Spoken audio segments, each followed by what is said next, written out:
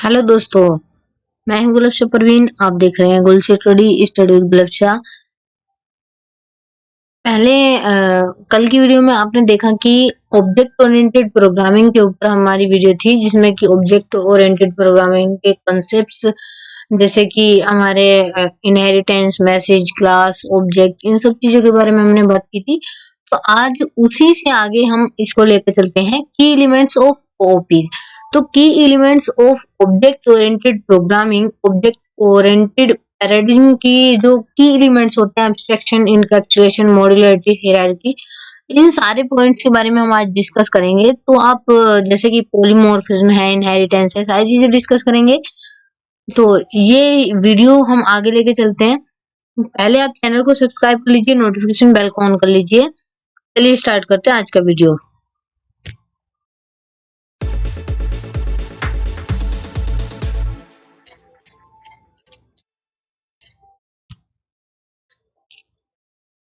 सबसे first point है abstraction. ठीक है, तो एब्स्ट्रैक्शन क्या है कि एब्स्ट्रैक्शन की अगर हम बात करें, means that an object characteristics are broken into manageable chunks as defined and documented in its class description, so that it refers to that like as hiding their background details। किसी भी चीज की हम आउटसाइड वर्ल्ड को background details ना दिखाएं, internal details कोई न जाने, एक्सटर्नल जो दिख रहा है सिर्फ वही दिखाई दे। जो बैकग्राउंड में क्या हो रहा है, बैकग्राउंड में क्या चीजें किस तरह से प्रोसेस कर रही हैं, वो चीजें हर एक यूजर को ना दिखाई दे। वो सिर्फ एक प्रोग्रामर जो है, एक जो प्रोग्रामर है जो कि डिजाइन कर रहा है, वो ही उसको चीज को देख पाए। बाकी और लोगों को आउटसाइड, जो आउटसाइड फेस है वही दिखाई दे, इनर फेस ना दिखाई दे।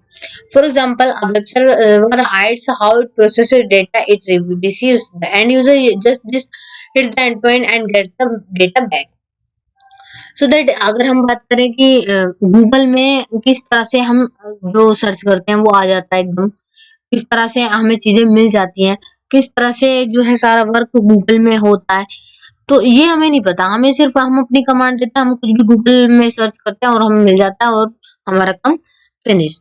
हमें बैकग्राउंड में वो किस तरह से प्रोसेस कर रहा है, कहाँ हमारी जो कमांड है कहाँ पर जा रही है, जो हमारी रिक्वेस्ट है कहाँ पर जा रही है, कहाँ से वो डेटा आ रहा है, किस तरह से मैनेज हो रहा है, किस तरह से वो सिस्टम वर्क कर रहा है, इस चीजों से हर एक यूजर को मतलब नहीं है। वो सिर्फ एक जो प्रोफेशनल है वो ही उन चीजों को जान सकता है। ओके, ये अगर हम बात करें, जैसे हमारे पास एक कार है और उस कार में हम देखते हैं कि उसमें कलर कैसा है, वो किस तरह से चलती है, उसका पेट्रोल इंजन या सीएनजी इंजन है, या उसमें एयर बैग्स कैसे हैं, उसमें गियर कैसे डलता है, वो सारी चीजें हम देख लेते हैं, हमें चलानी आती है। लेकिन उसका इंजन कैसे वर्क करता है, किस तरह गियर का हैंडल घुमाने से उसमें गियर चेंज हो जाता है, किस तरह गियर से स्पीड पे फर्क पड़ता है, या किस तरह से ब्रेक दबाने से कार रुक जाती है, या क्लच गियर का क्या इंटरनल वर्क, क्या किस तरह से वो इंजन से जुड़े हुए हैं, तो उन सारी चीजों के बारे में हमें नहीं पता होता। हमें सिर्फ कार टाइप करने से मतलब होता है, उसके छोटे मोटे फीचर्स की जानकारी होती है। सॉरी, जो इंटरनल डिटेल्स हैं उनके मैकेनिकल इंजीनियर जानता है उनको, लेकिन हर एक नॉर्मल यूजर्स को नहीं पहचान पाता। तो वो बात है, ठीक है। दूसरा पॉइंट अगर हम देखें तो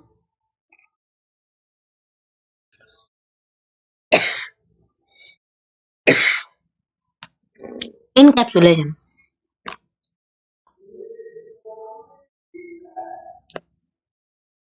इनकैप्सुलेशन में तो encapsulation stipulates that code and data are stored as one unit. Encapsulation also enables selective and total information hiding. तो encapsulation का क्या मतलब होता है कि हमने डेटा को, अपने प्रोग्राम को छोटे छोटे मेथड्स में डिवाइड कर दिया है, और जिस यूजर को जो सा वर्क उसको चाहिए वही मेथड रन टाइम पर चलेगा।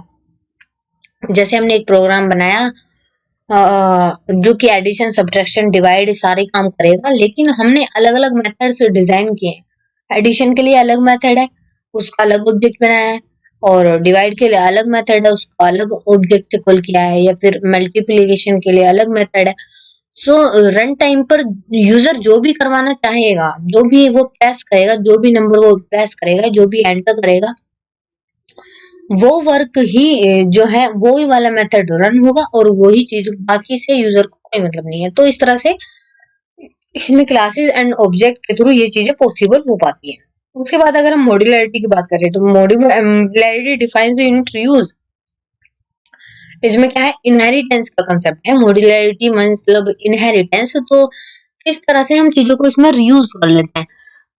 एक मेथड हमने बनाया है, उस मेथड को हम किसी ऑब्जेक्ट के थ्रू बार बार कॉल कर सकते हैं, अलग अलग क्लासेस में कॉल कर सकते हैं। ठीक है, अब एक मेथड बना दिया हमने एडिशन का, दो क्लासेस हैं, एक जो है न्यूमेरिकल और एक जो है लॉजिकल। अब दोनों में ही हम एडिशन वाले मेथड को कॉल कर सकते हैं अगर हम चाहें तो। ठीक है, तो हमें दो बार मेथड, वो वाला मेथड डिजाइन करने की या वो वाला जो कोड है वो दो बार डिजाइन करने की जरूरत नहीं है।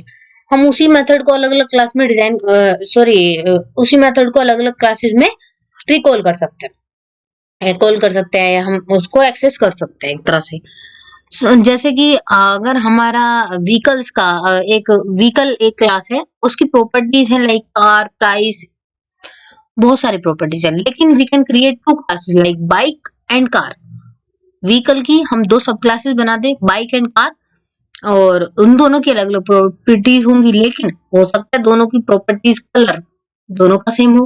कार भी रेड कलर की हो, बाइक भी रेड कलर की हो, कार भी ब्लैक कलर की हो, बाइक भी ब्लैक कलर की हो। तो इस तरह से बहुत सारी प्रॉपर्टीज हो सकता है दोनों क्लासेस की मैच हो जाए। ठीक है, तो दोनों में एक्सेस हो जाए। तो कुछ चीजें ऐसी हैं जो मल्टीपल टाइम्स हम एक्सेस कर सकते हैं ऑब्जेक्ट ओरिएंटेड प्रोग्रामिंग में, तो उसको हम मॉड्यूलरिटी या इनहेरिटेंस का कंसेप्ट बता देता है। जैसे कि पेरेंट्स की कुछ खूबियां, कुछ उनकी प्रॉपर्टीज बाय डिफॉल्ट बच्चों में आ जाती हैं। ठीक है, तो वो चीजें हैं कि बच्चे भी उन्हें एक्सेस कर ले, खुद से ही गेन कर लेते हैं बच्चे उन्हें, और जो पेरेंट की प्रॉपर्टीज हैं वो बच्चों में आ जाती हैं। इसी तरह से जो सब क्लासेस की जो प्रॉपर्टीज हैं, सुपर क्लास की जो प्रॉपर्टीज हैं वो सब क्लास में इजीली एक्सेस हो जाती है।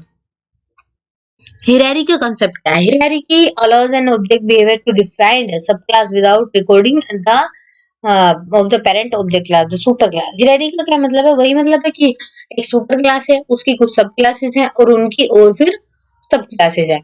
इस तरह से जैसे कि व्हीकल है, व्हीकल एक सुपर क्लास है, उसकी कुछ व्हीकल की कुछ सब क्लासेस हैं। जैसे कि हमारी एक व्हीकल है सुपर क्लास, उसकी सब क्लासेस होगी जैसे कि कार, बाइक और एक तरह से बस। अब कार की होगी होंडा सिटी, वरना, वैगनार, बुगाटी या फिर ओडी, और बाइक की होगी पल्सर, केटीएम, स्प्लेंडर। इस तरह से बस की हो गई, बस जो सीएनजी है, कुछ पेट्रोल है, कुछ जो है एसी बसेस हैं। इस तरह से अलग अलग कैटेगरी वाइज वो डिवाइड होते जा रहे हैं और एक हिरार्की जो है वो बनती चली जा रही है। इस तरह से हिरार्की का कॉन्सेप्ट इसमें ऑब्जेक्ट ओरिएंटेड प्रोग्रामिंग में होता है। तो ये जो कॉन्सेप्ट आपने समझा आज, ये की एलिमेंट्स हैं कुछ उसके ऑब्जेक्ट ओरिएंटेड प्रोग्रामिंग के, वो आपने आज देखे, जिसमें polymorphism, encapsulation, abstraction, hierarchy, inheritance, modularity, वो सारी चीजें आपने देख ली।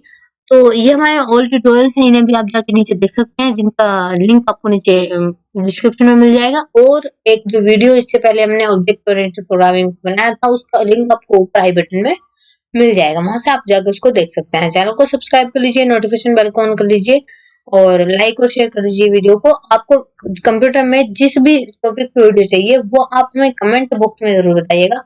Thanks for watching this video.